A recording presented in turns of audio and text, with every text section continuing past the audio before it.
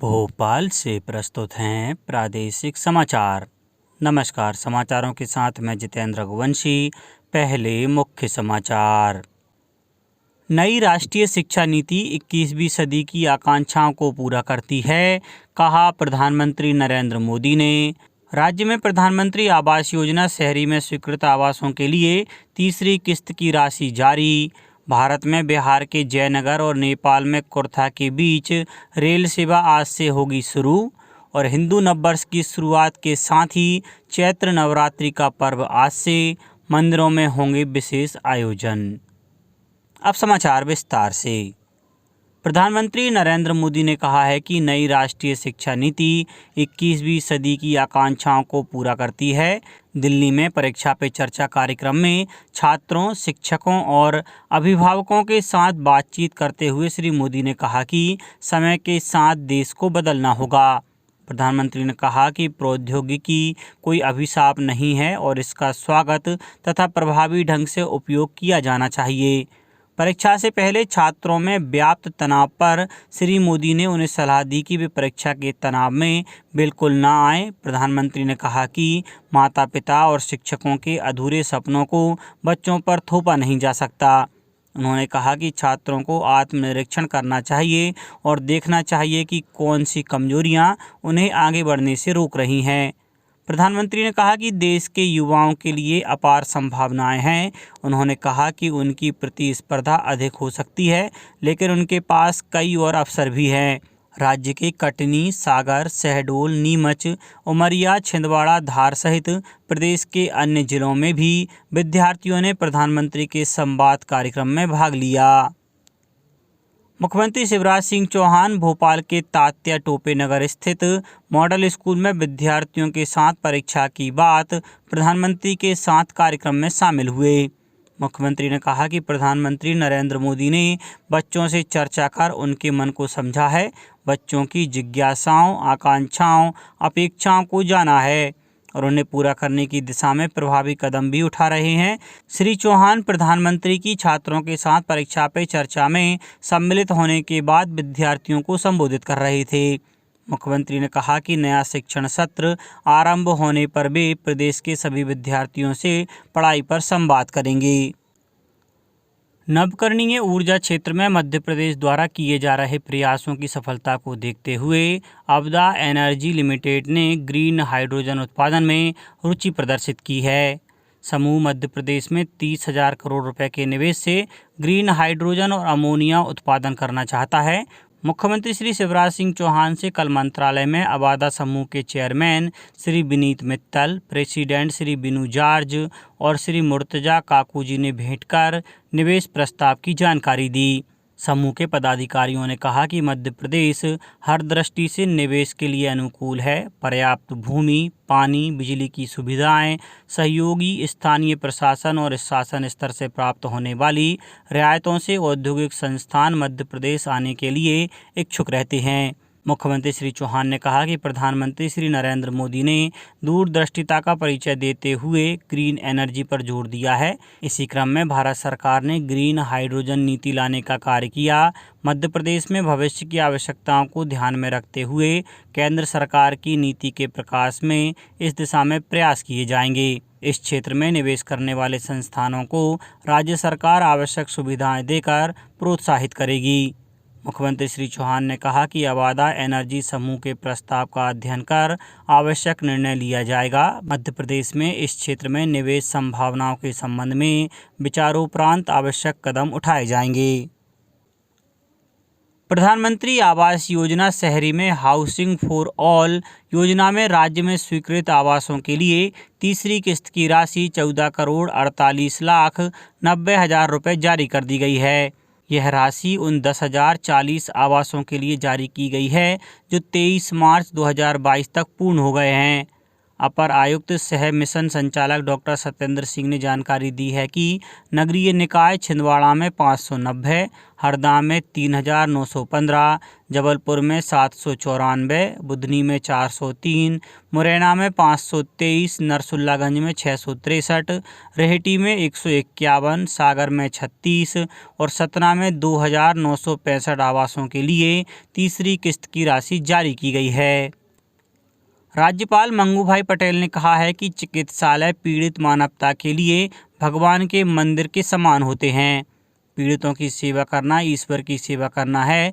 राज्यपाल Shri Patel red cross परिसर में आयोजित भारतीय red cross society Madhya Pradesh की राज्य शाखा की प्रबंध समिति के सदस्यों एवं पदाधिकारियों के सम्मान समारोह को संबोधित कर रहे थे। उन्होंने कहा कि पीड़ित मानवता की सेवा का अवसर ईश्वर की कृपा से ही मिलता है। यह अवसर जिन्हें मिला है वे सब सौभाग्यशाली हैं। प्रदेश के शासकीय विद्यालयों में 5वीं और 6वीं कक्षाओं के विद्यार्थियों का वार्षिक मूल्यांकन कल से शुरू हो गया। पहले दिवस विद्यार्थियों ने विशिष्ट भाषा का पेपर हल किया। संचालक राज्य शिक्षा केंद्र श्री धनराजू एस ने बताया कि वार्षिक मूल्यांकन के प्रथम दिवस प्रदेश भर के लगभग 30,000 केंद्रों पर 93,000 स्कूलों के 17 लाख से अधिक विद्यार्थी शामिल हुए। उन्होंने कहा कि प्रयास यही रहा है कि समूची व्यवस्थाएं पारदर्शी हों और विद्यार्थियों को कोई असुविधा न हो। इसके लिए बच्चों को उनके घरों के पास ही परीक्षा केंद्रों का आवंटन किया गया है। साथ ही सभी व्यवस्थाएं ऑनलाइन कर देने से बच्चों को परीक्षा देने में भी सहजता है। राज्य शासन ने छठे वेतनमान में देय महंगाई भत्ते की दर में 1 मार्च 2022 से 25% की वृद्धि कर दी है। इसका भुगतान अप्रैल 2022 से होगा। वित्त विभाग ने इस संबंध में आदेश जारी कर दिए हैं। इस वृद्धि से महंगाई भत्ते की दर 1 मार्च 2022 से 196% हो जाएगी। ग्वालियर के सिविल अस्पताल हजीरा को लोगों को बेहतर स्वास्थ्य सुविधाएं मुहैया कराने के लिए कायाकल्प योजना के तहत 5वां स्थान प्राप्त हुआ है। इसके साथ ही चिकित्सकीय सुविधाओं की श्रेणी में मध्य प्रदेश में इसे द्वितीय स्थान प्राप्त हुआ है। ऊर्जा मंत्री प्रद्युम्न सिंह तोमर ने अस्पताल पहुंचकर चिकित्सकों, पैरामेडिकल स्टाफ के साथ साथ अस्पताल को साफ सुथरा रखने में अपनी अहम भूमिका निभाने वाले सफाई मित्रों का पुष्पहार पहनाकर नमन करके सम्मान किया और उनके श्रेष्ठ कार्यों के लिए उन्हें बधाई दी। भारत में बिहार के जयनगर और नेपाल में कुर्था के बीच रेल सेवा आज से शुरू हो जाएगी। प्रधानमंत्री नरेंद्र मोदी और नेपाल के प्रधानमंत्री शेर बहादुर देउबा संयुक्त रूप से वीडियो कॉन्फ्रेंस के माध्यम से दोनों देशों के बीच यात्री रेल सेवा का उद्घाटन करेंगे। यह रेलवे लाइन 34.5 किलोमीटर लंबी है।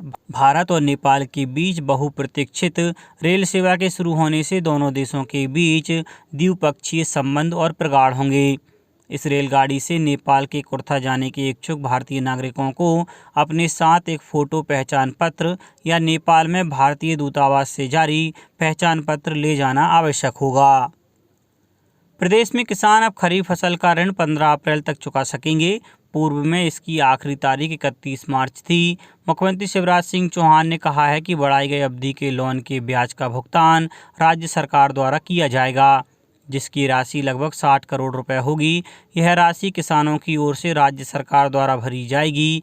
इससे किसान अपने ऋण की राशि सुविधाजनक तरीके से भर सकेंगे और वे डिफाल्टर भी नहीं हो पाएंगे।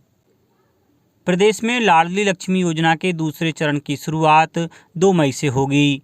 11 मई तक चलने वाले इस कार्यक्रम को लाडली लक्ष्मी उत्सव के रूप में मनाया जाएगा।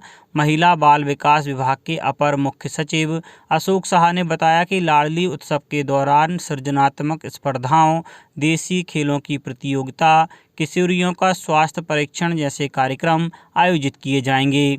योजना में अब तक लगभग 43 लाख बेटियों को लाभान्वित किया गया है। मुख्यमंत्री शिवराज सिंह चौहान ने इस योजना का दायरा बढ़ाने का निर्णय लिया है।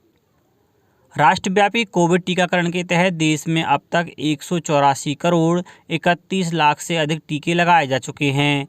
स्वास्थ्य मंत्रालय ने कहा है कि गुरुवार को 23,57,000 से अधिक टीके लगाए गए। स्वस्थ होने की दर बढ़कर 98.76% हो गई है। गुरुवार को 1900 से अधिक लोग संक्रमण से स्वस्थ हुए, जबकि 1300 से अधिक लोगों में संक्रमण की पुष्टि हुई। अब तक महामारी से कुल 4,24,90,922 लोग ठीक हो चुके हैं।